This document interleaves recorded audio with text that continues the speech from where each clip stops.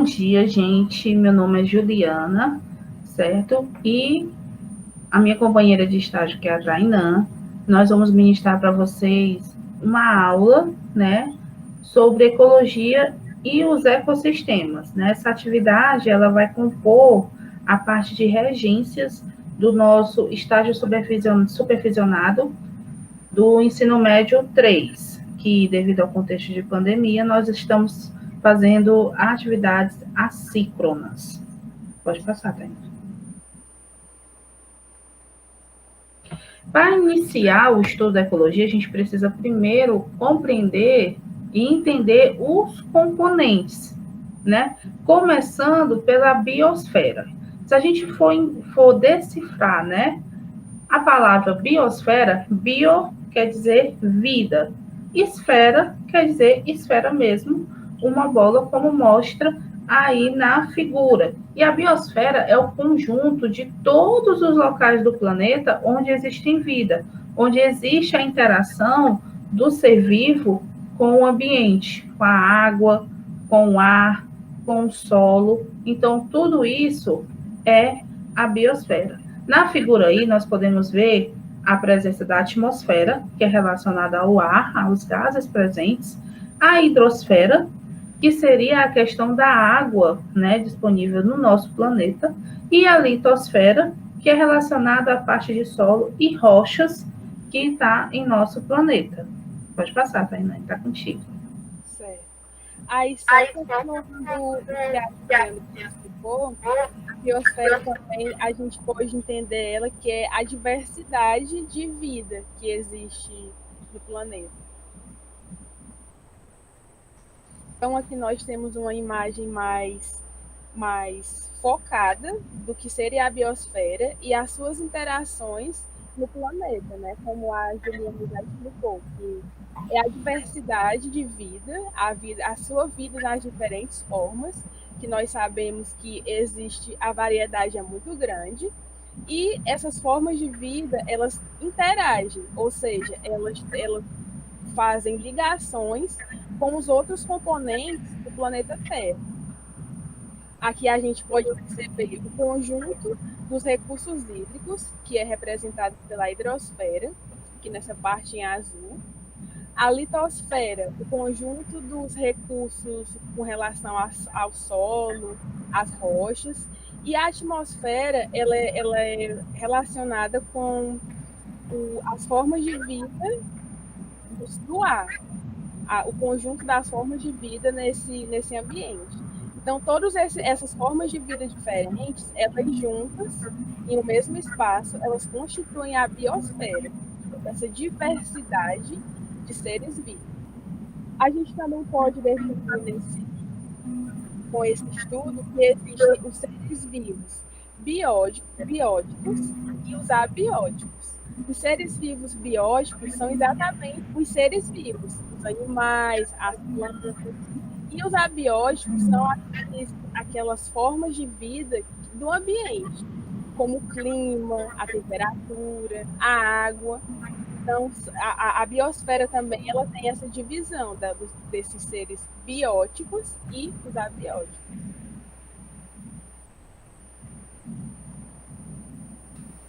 Certo, professoras, vocês nos falaram aí o que seria a biosfera, o que seria a interação dos componentes da biosfera, mas o que é ecologia? O que entra?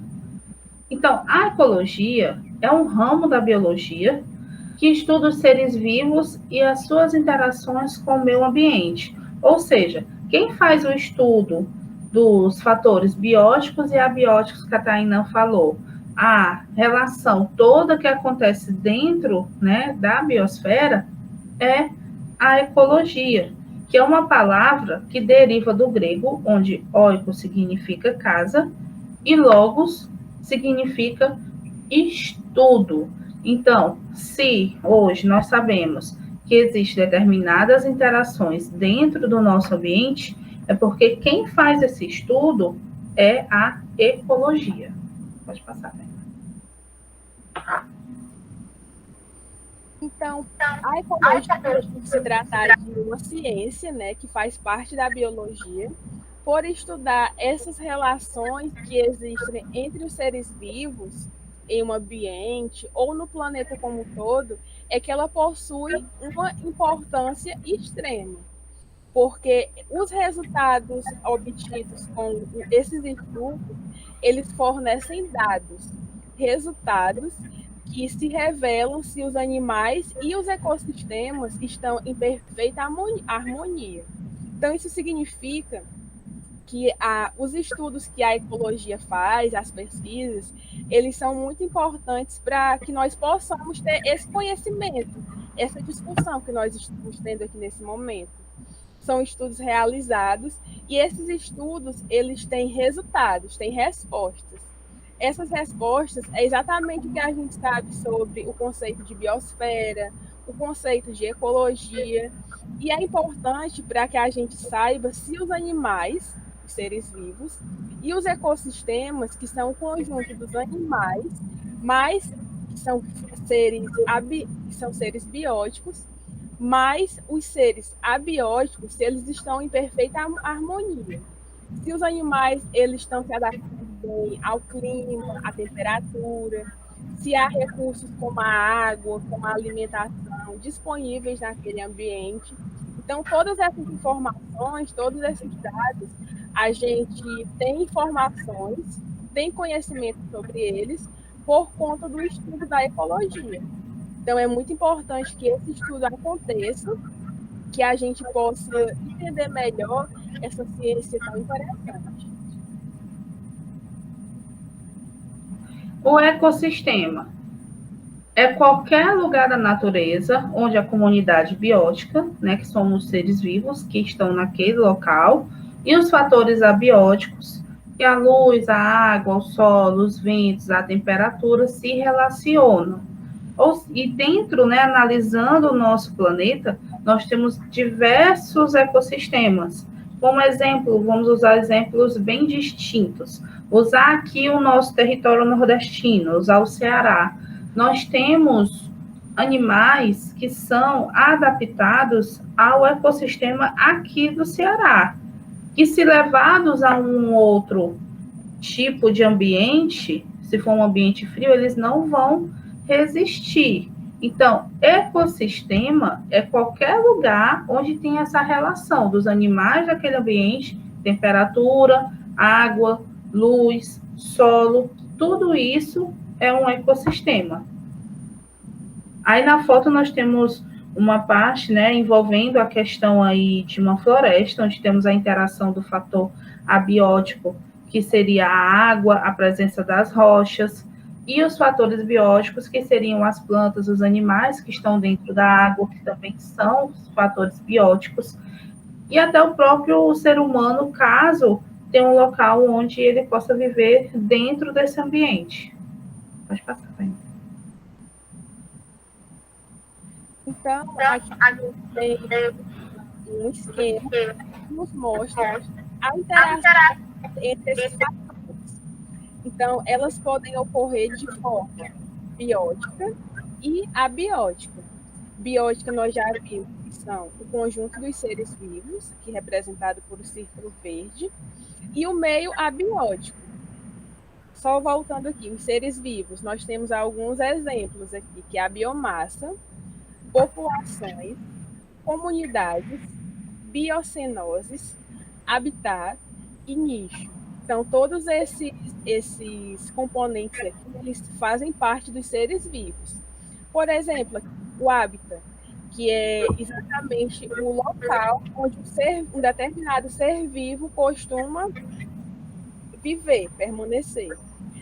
O habitat é como se fosse o endereço de uma determinada espécie.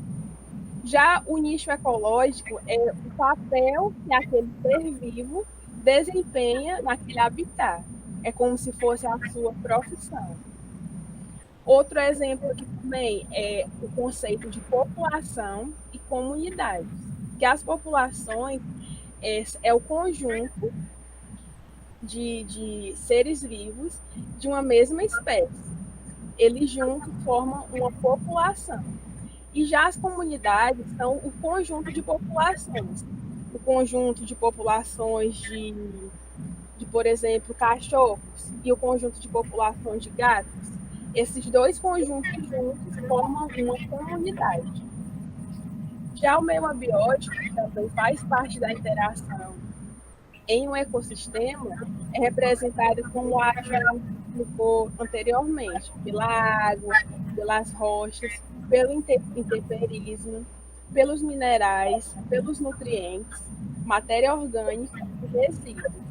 E para que aconteça essas interações, é necessário uma produção de energia, que aqui nós temos o exemplo da energia luminosa e da energia química. Essa produção de energia ela pode ocorrer por fenômenos como a fotossíntese, que é aquele processo de captação de luz pelas plantas, e a energia química, que é o processo de quimiossíntese, que ele é realizado pelas algas. Tipos de ecossistema. Os ecossistemas eles podem ser aquáticos, e quando eu falo aquáticos, não envolve só a questão do ecossistema marinho. Todos aqueles que vivem dentro de um ambiente com água é considerado ecossistema aquático. Os terrestres, que é onde a gente vive, e os mistos. Quando eu falo que é um ecossistema misto, ele envolve tanto o ambiente aquático como ele envolve um ambiente terrestre. Pode passar, né? Então, aqui a gente tem um exemplo de um ecossistema. Aqui é um ecossistema de água salgada. Então, a gente pode perceber aqui que há uma certa diversidade de ecossistemas, pois há o ecossistema aquático, que é aqui onde a gente percebe esses seres vivos, né, os animais, como os peixes, as águas e outros animais marinhos. E também a gente consegue perceber o ecossistema terrestre, que é aqui representado pela faixa de areia. Então, aqui a gente tem outros fatores que interferem nesse ecossistema, como a fotossíntese, a questão da luz fraca, que é um pouco mais abaixo do nível do mar, a zona abissal, fica mais na profundidade, onde geralmente é mais escuro. Então, a gente tem essas relações dentro de um ecossistema, essas relações dos seres vivos e dos fatores que o interferem. Aqui a gente pode perceber no caso do sol, da água, da temperatura. Então, tudo isso é importante para o funcionamento desse ecossistema. Aqui, no caso, é um ecossistema misto. Aqui nós temos o manguezal, que o manguezal é considerado misto por quê? Porque os animais que vivem nele, tanto tem a parte terrestre, que a gente pode ver essa parte mais externa do mangue, onde está as raízes escoras, e também tem a parte aquática, que é a parte mais líquida, que está aquela mais atrás.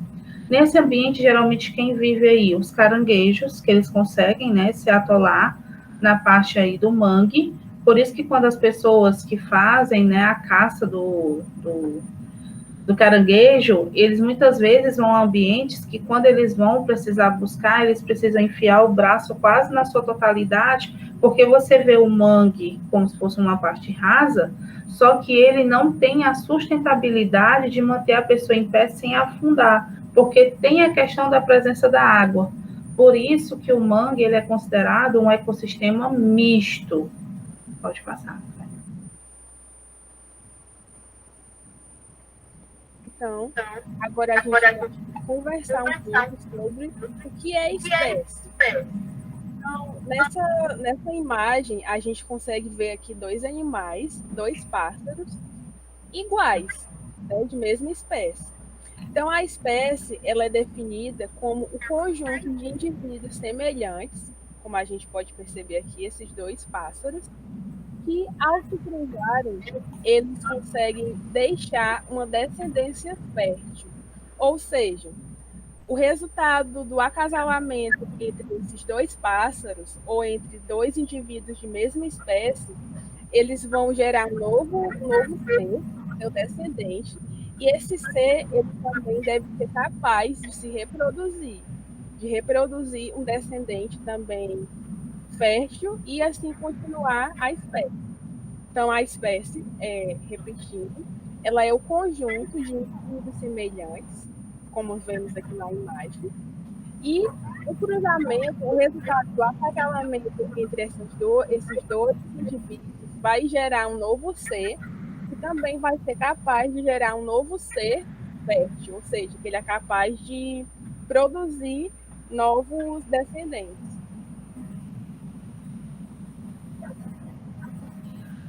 A população, ela já é um conjunto de indivíduos de uma mesma espécie vivendo em uma determinada área. Ou seja, se eu tenho várias espécies que estão vivendo no mesmo local, eu tenho uma população. Um exemplo, uma população de tilápia.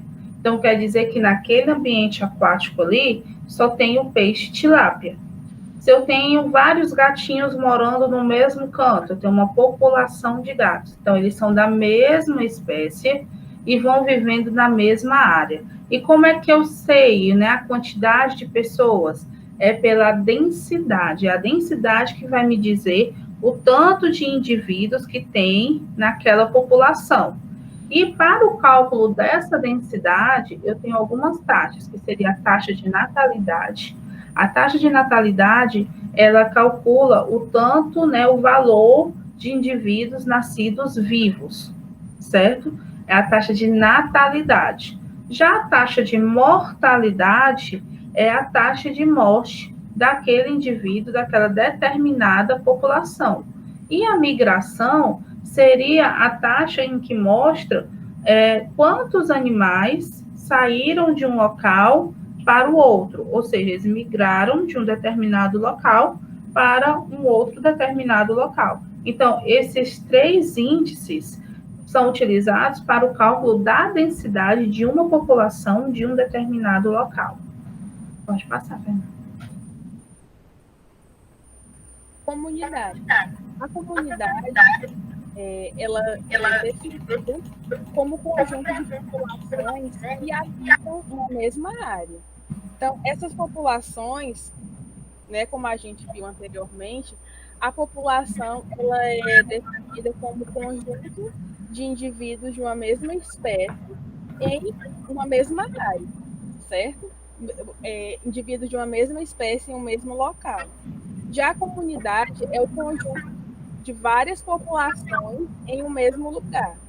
Por exemplo, um conjunto de espécies, de populações de cavalos. Eles estão em um pasto. Naquele mesmo pasto, a gente também tem um conjunto de populações de vacas, também naquele mesmo pasto. Então, esse conjunto de populações de cavalos, mais o conjunto de populações de vacas, eles juntos, essas duas populações, elas vão definir uma comunidade, certo? Porque são populações diferentes em um mesmo espaço. É o conceito de comunidade. A comunidade, ela também envolve a comunidade biótica, que são exatamente os seres vivos, os cavalos e as vacas. Então, os fatores bióticos. E mais os fatores abióticos. Naquele pasto, costuma ter uma temperatura muito quente. Costuma ter uma reserva de água. Possui grama. Então, esses fatores, como a água, a temperatura quente, a grama, são os fatores abióticos. Aqui nessa imagem, a gente também tem mais um exemplo de a população de girafas e a população de zebras. Essa junção de populações diferentes, elas estão constituindo uma comunidade. E também nessa comunidade, a gente consegue perceber que há os fatores bióticos, que são os animais, girafas e zebras, e os abióticos, aqui representado pela água, pela temperatura, pelo solo. Outro fator biótico também nessa imagem é a presença das plantas aqui, mais ao fundo.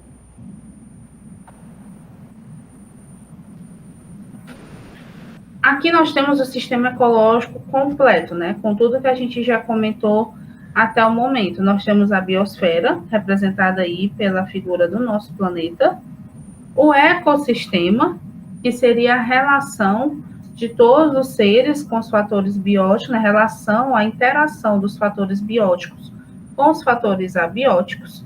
Nós temos na terceira figura, de cima para baixo, a comunidade, que seria a relação de populações. Aí nós estamos vendo na figura, nós temos a população de elefantes, a população de zebras, a população das árvores. Abaixo, nós já temos, né, o exemplo de população. Nós temos duas populações aí nessa figura. Nós temos a população de elefantes e a população de árvores, que seria a interação de animais da mesma espécie. E o organismo, que quando a gente está estudando essa parte de sistema ecológico, o ser vivo que compõe aquele determinado sistema, ele recebe a denominação de organismo. Pode passar. Então, voltando ao conceito que a gente já foi discutindo no início da aula, que é o habitat, que é nada mais, nada menos como o local onde cada organismo de uma espécie vive. Então, cada ser vivo, cada animal, ele tem o seu local específico de viver. Os peixes, eles vivem no mar, no ecossistema aquático. Já os ursos polares, eles vivem nas regiões mais frias, onde há presença de neve. Aqui a gente tem esses pássaros que vivem numa região que tem mais gramíneas, mais aberta, né? mais próxima à praia. Então, o habitat é exatamente a moradia daquele animal, onde cada animal vive.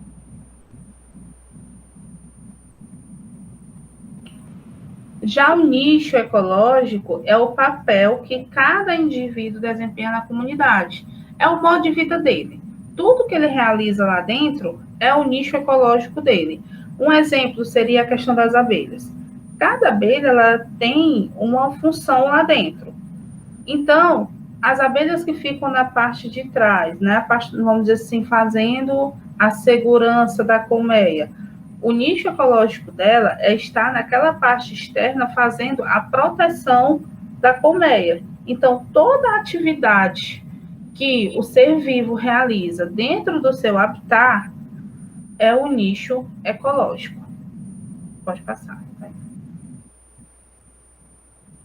Então, aqui a gente tem um separamento entre habitat e nicho ecológico. Habitat é o local onde vive um ser vivo. E o nicho ecológico é o papel que esse ser vivo desempenha nesse ambiente onde ele vive. Então, voltando para o exemplo que a Juliana deu sobre as abelhas. O habitat das abelhas é a colmeia, que é o local onde geralmente elas vivem. Já o seu nicho ecológico é exatamente aquelas atividades que elas vão desempenhar naquele espaço, na colmeia. Produção de mel, limpeza da colmeia, proteção. Então, essas atividades que elas realizam naquele espaço é o seu nicho ecológico, é o papel. Por exemplo, aqui a gente tem essas imagens, né, que exemplificam. Aqui o exemplo do tatu-bola. O habitat do tatu-bola é exatamente esse espaço terrestre, onde tem terra, solos, e o seu nicho ecológico é exatamente aquilo que ele faz naquele espaço que ele mora, que seria cavar o espaço e outras atividades que ele possa vir a realizar, a desempenhar. Então, esse é o comparativo entre habitat e nicho ecológico. Essa figura também traz uma comparação, uma demonstração, né, do habitat do nicho. Um exemplo aí do caranguejo. Ele vive em tocas no solo e consome micro-organismos do solo. Então, a gente já sabe que o solo é o habitat dele. E o fato dele comer os micro-organismos que estão lá dentro, de cavar buracos lá dentro, é o nicho ecológico dele. O camarão, ele é consumidor da base da cadeia alimentar aquática, o fitoplâncton. Então, o habitat do camarão, a gente já sabe que é o ambiente marinho. E o nicho dele seria, ele faz aquela, como se fosse uma limpeza comendo os fitoplânctons. Então, como a gente já comentou aqui, todos os animais do esquema da foto, eles possuem o mesmo habitat, pois vivem no mesmo local que é o mangue. Mas eles possuem nichos diferenciados, certo? Espécies com nichos parecidos, eles vão competir por os mesmos recursos naturais. Por quê? Pela uma questão de sobrevivência. Pode passar, Tainá. Então, aqui, mais uma vez, a gente vai um exemplo da planta. Ele pode polinizar as flores de um reino, servir de alimento aos sapos e outros animais e alimentar-se de plantas.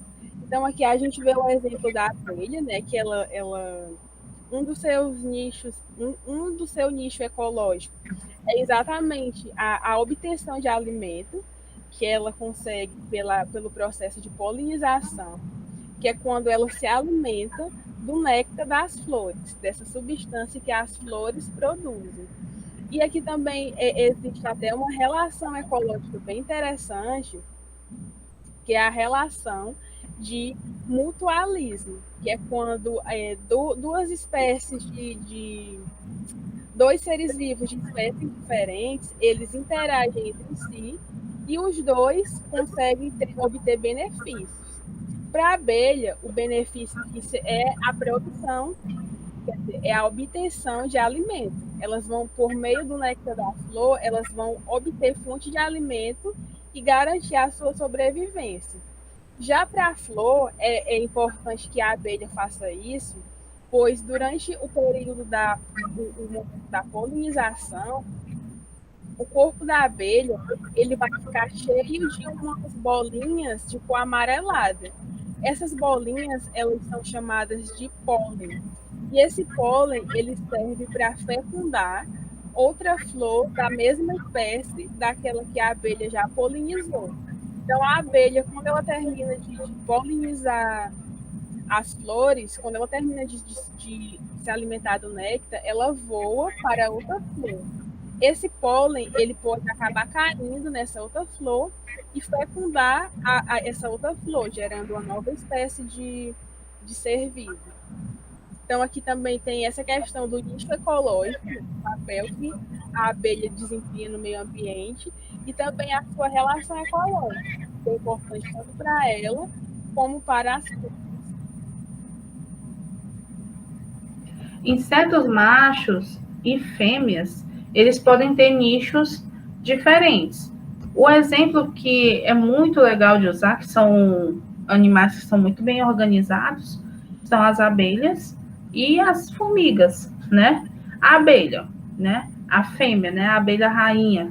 Qual a função da abelha rainha? Fazer a questão de procriação, a produção da geleia real, que é somente ela que produz, e é ela que vai alimentar a próxima, né, abelha rainha, porque somente com esse tipo de geleia que a abelha rainha nasce, né, produzida. Já o zangão, ele pode ter uma outra função dentro do nicho. Então, machos e fêmeas, eles podem sim exercer atividades totalmente diferentes dentro do nicho ecológico. Pode passar.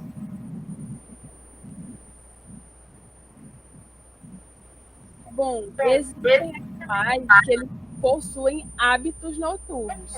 O que é que significa esses hábitos noturnos? Eles saem do seu habitat e vão em busca de alimento. E essa atividade ela é realizada geralmente durante a noite. Um exemplo muito comum são os morcegos. Eles são animais de hábitos noturnos. Aqui nós temos também a onça pintada, o lobo-guará e o leopardo.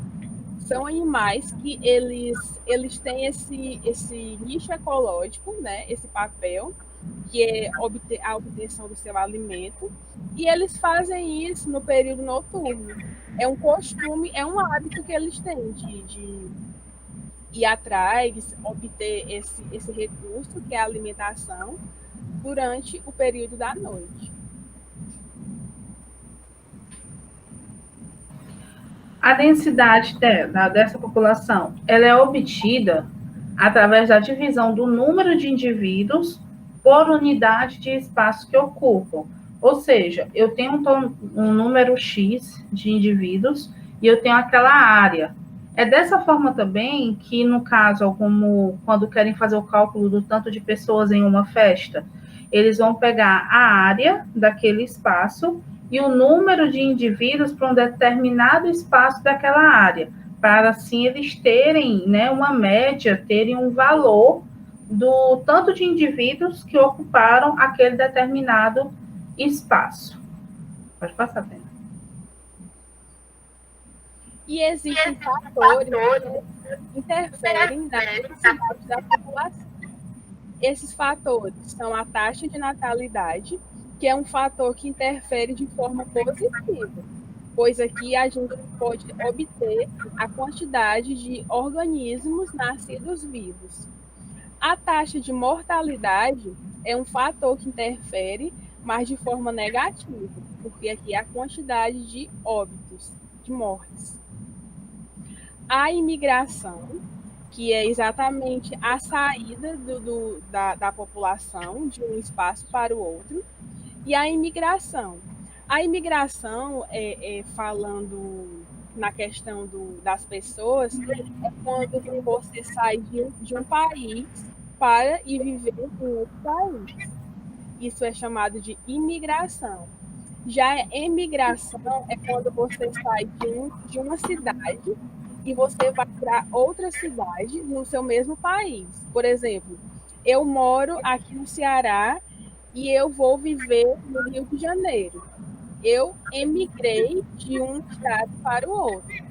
Já a imigração é de um país para o outro. Eu moro no Brasil e vou me mudar para os Estados Unidos. Eu estou imigrando de um país para o outro. Então, esses fatores, eles vão interferir na densidade de população, que nós podemos até definir como a entrada e a saída de organismos que vão interferir naquela quantidade final.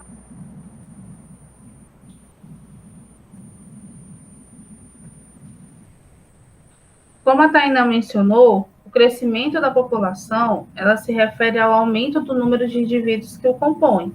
E as taxas que fazem esse tipo de medição é a taxa de natalidade, a de mortalidade mencionada pela Tainá, taxa de nascimentos e a taxa de óbitos daquela determinada população.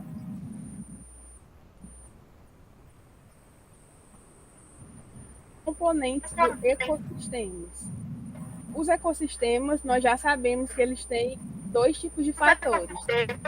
Os bióticos, que são os seres vivos, e os abióticos, que são fatores como temperatura, luminosidade, entre outros. Aqui nós vamos conversar um pouco sobre os fatores bióticos. Os fatores bióticos, eles podem ser classificados também em organismos autrótrofos e organismos heterótrofos. O que é cada um desses tipos de organismo? Os organismos autrótrofos são aqueles que produzem o seu próprio alimento. Eles não dependem de ninguém para produzir, eles mesmos quem produzem. Um exemplo bem interessante de organismos autrótrofos são as plantas. As plantas, elas obtêm a sua fonte de energia por meio da captação de luz na fotossíntese. Então, eles são organismos autrótrofos, capazes de produzir o seu próprio alimento. E nós temos também os organismos heterótrofos. Hétero, de diferente. São organismos que não conseguem produzir o seu próprio alimento. Eles precisam de outros recursos para poderem se alimentar. Um exemplo de organismos heterótrofos podem ser nós, seres humanos, que nós não conseguimos produzir o nosso próprio alimento, nós precisamos obtê-los de outras maneiras. E outros animais também, como as vacas, as abelhas, são outros organismos que são heterótrofos. Eles não são capazes de produzir o seu próprio alimento. Os organismos autótrofos, como a Tainá nos falou, que são as plantas, são os animais, os seres que produzem o seu próprio alimento. E dentro da cadeia alimentar, que é um assunto posterior, eles são classificados como produtores, exatamente porque através da fotossíntese, eles produzem a seiva elaborada, que é uma parte importante do alimento deles. Sem falar que eles também têm a interação, né, no meio da fotossíntese, com a liberação do oxigênio e a captação do CO2, eles também atuam na respiração da sua respiração e também dos outros seres componentes do ambiente.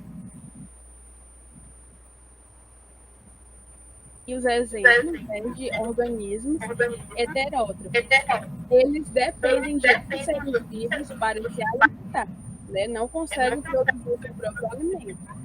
Então, dentro da classificação de organismos heterótrofos, nós temos os consumidores, que também fazem parte da cadeia alimentar. Depois dos produtores, nós temos os consumidores, que são aqueles que consomem, né? Precisam de outros recursos. Aqui a gente tem o exemplo do leão, que está se alimentando de uma zebra, né? Ele precisou matar essa zebra, esse animal, para poder conseguir o seu alimento, para poder conseguir sobreviver. Aqui nós temos o exemplo do panda, né, que também é um animal que precisa de outros recursos, de outro ser vivo para se alimentar, que aqui no caso é o bambu. O bambu, ele serve como fonte de alimento para o consumo do panda e garantir a sua sobrevivência.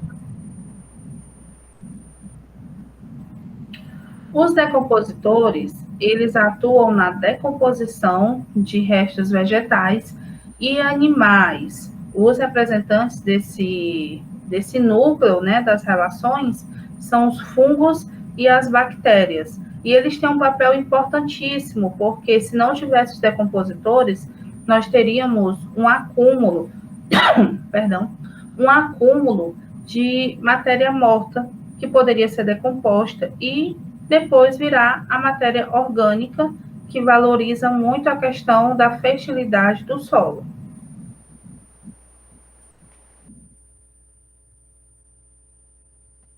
Então, essa foi a nossa apresentação, pessoal, sobre ecologia, né, alguns conceitos desse assunto. Estou esperando que vocês façam bom uso desse material, que tenham bons estudos, e obrigada pela atenção. Obrigada pela atenção.